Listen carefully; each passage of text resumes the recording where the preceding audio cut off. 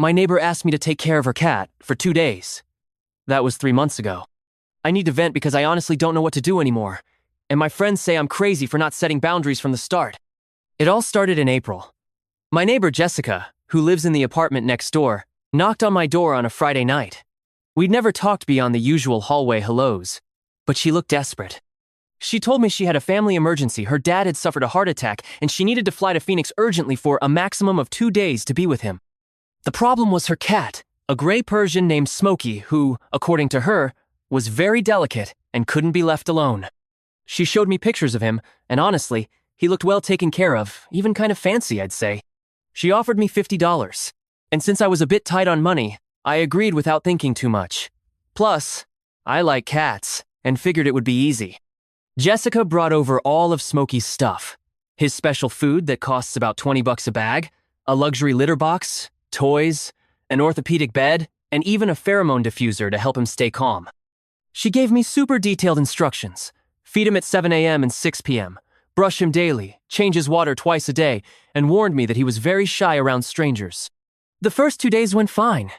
Smokey stayed hidden under my couch most of the time, only coming out to eat and use his litter box. I followed all of Jessica's instructions to the letter. Sunday night, I was expecting her to come back, but nothing. On Monday, she texted me to apologize. Turns out her dad needed emergency surgery, and she had to stay a few more days to care for him. She offered me an extra $20 for the trouble.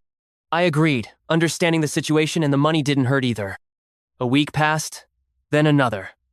Jessica kept sending occasional messages with more and more elaborate excuses. Her dad had complications, needed rehab, couldn't be left alone. She always ended by promising she'd be back very soon and offering to send more money. Meanwhile, Smokey started settling into my apartment.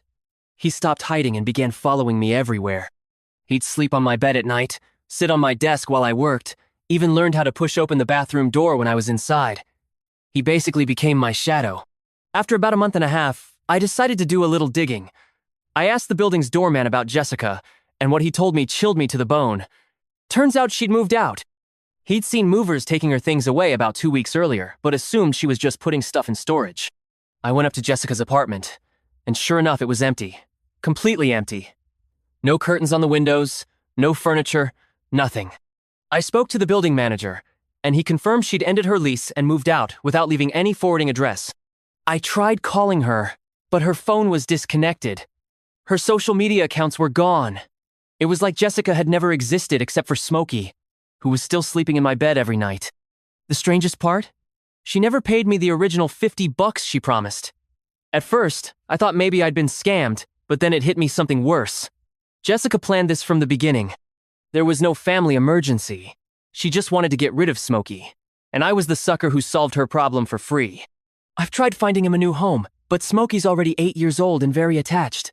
Every time someone comes by interested in adopting him, he hides and won't come out until they're gone. It's like he knows I'm trying to give him away and he's having none of it. My friends keep telling me to take him to a shelter and forget about it. But I just can't. Smokey trusts me completely.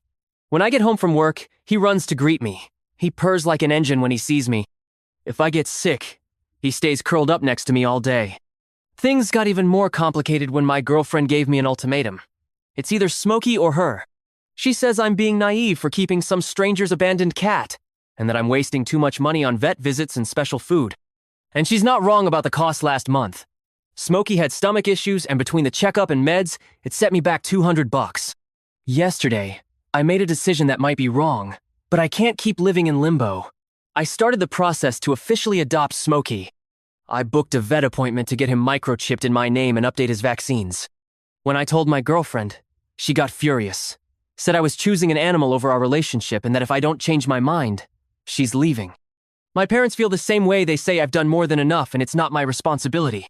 But every time I see Smokey sleeping in his little bed next to mine, or when he comes up to me while I'm cooking, hoping I'll drop him a piece of chicken, I just can't imagine handing him over to strangers.